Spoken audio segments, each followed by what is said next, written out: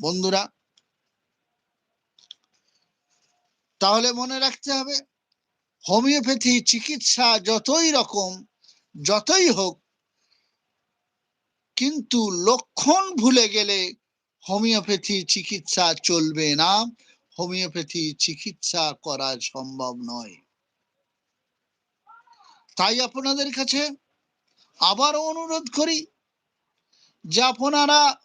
আমি যে কথাগুলো বলছি সেগুলো ভালো করে লক্ষণগুলিকে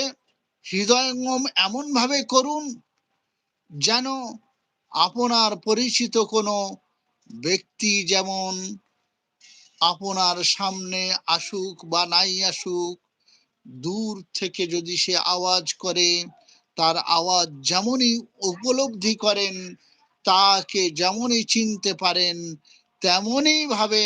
হোমিওপ্যাথি ঔষধ একটা ব্যক্তির মতো,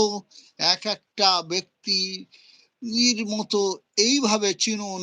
যেন প্রত্যেকটা ঔষধের পৃথক পৃথক পরিস্থিতি